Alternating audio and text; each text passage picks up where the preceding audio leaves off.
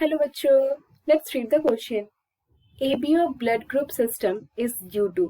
तो क्वेश्चन हमसे क्या पूछ रहा है कि ABO blood group system है वो किसकी वजह से है. तो ऑप्शन ए हमें गिवन है multi factor inheritance, option B given है incomplete dominance, option C given है हमें multiple allelism and option D हमें गिवन है एपिस्टेसिस.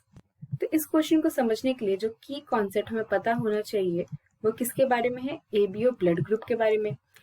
तो एबीओ ब्लड ग्रुप के बारे में हम थोड़ा डिटेल में देखेंगे कि एबीओ ब्लड ग्रुप क्या होता है. So this is very normal कि हमें जो ब्लड ग्रुप हमें मिलता है किससे मिलता है, हमारे पेरेंट्स से मिलता है. तो हमारे पेरेंट्स के पास आइदर ए ब्लड ग्रुप हो सकता है या बी ब्लड ग्रुप हो सकता है या ओ ब्लड ग्रुप हो सकता है. ये तीन मेजरली हम देखते हैं. तो ये ब्लड ग्रुप कैसे इनहेरिट करता है, तो इसका जो स्टडी होता है वो हम किस में देखते हैं, कोडोमिनेंस में देखते हैं. तो कोडोमिनेंस में let's take parent 1 and parent 2. तो मान लेते हैं पेरेंट 1 का ब्लड ग्रुप कैसा था, ए टाइप का था, और पेरेंट बी का जो ब्लड ग्रुप था वो बी टाइप का था. इनको हम लोग प्योर होमोजाइगस बना देते हैं. तो इनका जो जीनोटाइप होगा वो कैसा होगा, इस तरीके से होगा. ये प्योर होमोजाइगस है और बी में भी ऐसा ही होगा, प्योर होमोजाइगस है.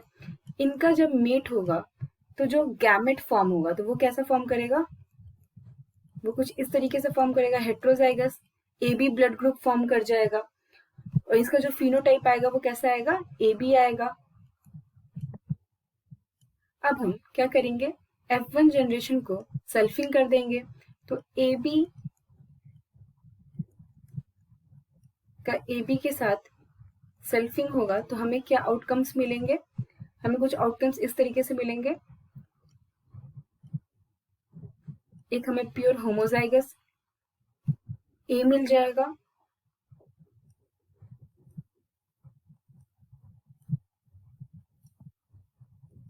फिर हमें एक ए बी मिल जाएगा और फिर हमें एक बी मिल जाएगा. तो यहाँ पे हम जो फिनोटाइप देख रहे हैं वो किस तरीके से देख रहे हैं, ये प्योर होमोजाइगस ए हो गया, ये दोनों ए बी हो गए और ये बी हो गया. सो हमें क्या देखने के लिए मिल जाएगा, जो इनका जीनोटाइप है. तो जीनोटाइप कैसा है हमारा, 1:2:1. एक हमें ए मिल रहा है, एक हमें ए बी मिल रहा है, एक हमें बी मिल रहा है. और इसका फिनोटाइप कैसा होगा, इसका फिनोटाइप भी होगा, देखने में भी कैसा है, एक पूरा प्योर ए है, 1:2:1. तो इसका जीनोटाइप और फिनोटाइप दोनों सिमिलर होता है. Now moving back to question, तो हमें ऑप्शन ए बोल रहा है मल्टी फैक्टर इनहेरिटेंस. तो मल्टी फैक्टर इनहेरिटेंस में क्या होता है, इसको हम पॉलीजेनिक इनहेरिटेंस भी बोलते हैं. तो पॉलीजेनिक नाम से ही पता चला, मल्टी फैक्टर पॉलीजेनिक. तो ये क्या है, ये कंट्रोल करता है कैरेक्टर को मोर, मतलब एक या उससे ज्यादा को, तो मल्टी फैक्टर इनहेरिटेंस होता है. जैसे इसका एक एग्जांपल है सिकल सेल एनीमिया.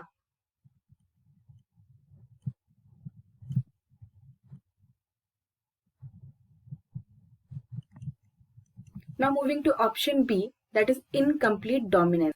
तो इनकम्प्लीट डोमिनेंस में क्या होता है, नाम से ही पता चल रहा है इनकम्प्लीट, वो कंप्लीट ही नहीं है. तो इसमें क्या हो रहा है, अपीयरेंस ऑफ न्यू फिनोटाइप आ जा रहा है. जैसे फॉर एग्जांपल हम लोग स्नैपड्रैगन के केस में देखते थे, तो यहाँ पे अपीयरेंस ऑफ न्यू, जब रेड और व्हाइट के साथ जब मीटिंग हो रहा था तो उसका जो ऑफस्प्रिंग निकल रहा था वो कौन से कलर का निकल जा रहा था, पिंक कलर का निकल जा रहा था. तो यहाँ पे ये ऑप्शन भी हम एलिमिनेट कर देंगे. Now coming to option C, that is multiple allelism. तो इसमें क्या होता है कि presence more than one alternative form of gene is called multiple allelism. तो इसमें क्या हो रहा है कि एक से कई ज्यादा तरीके का न्यू फिनोटाइप हमें देखने के लिए मिल जा रहा है. तो उस केस में क्या हो रहा है, यहाँ पे एबीओ ब्लड ग्रुप सिस्टम में, तो यहाँ पे मोर देन 2 है. तो of course this is a correct answer. And option D epistasis. तो एपिस्टेसिस क्या होता है, एपिस्टेसिस ऐसा जीन होता है जो मास्क कर देता है दूसरे के एक्शन को.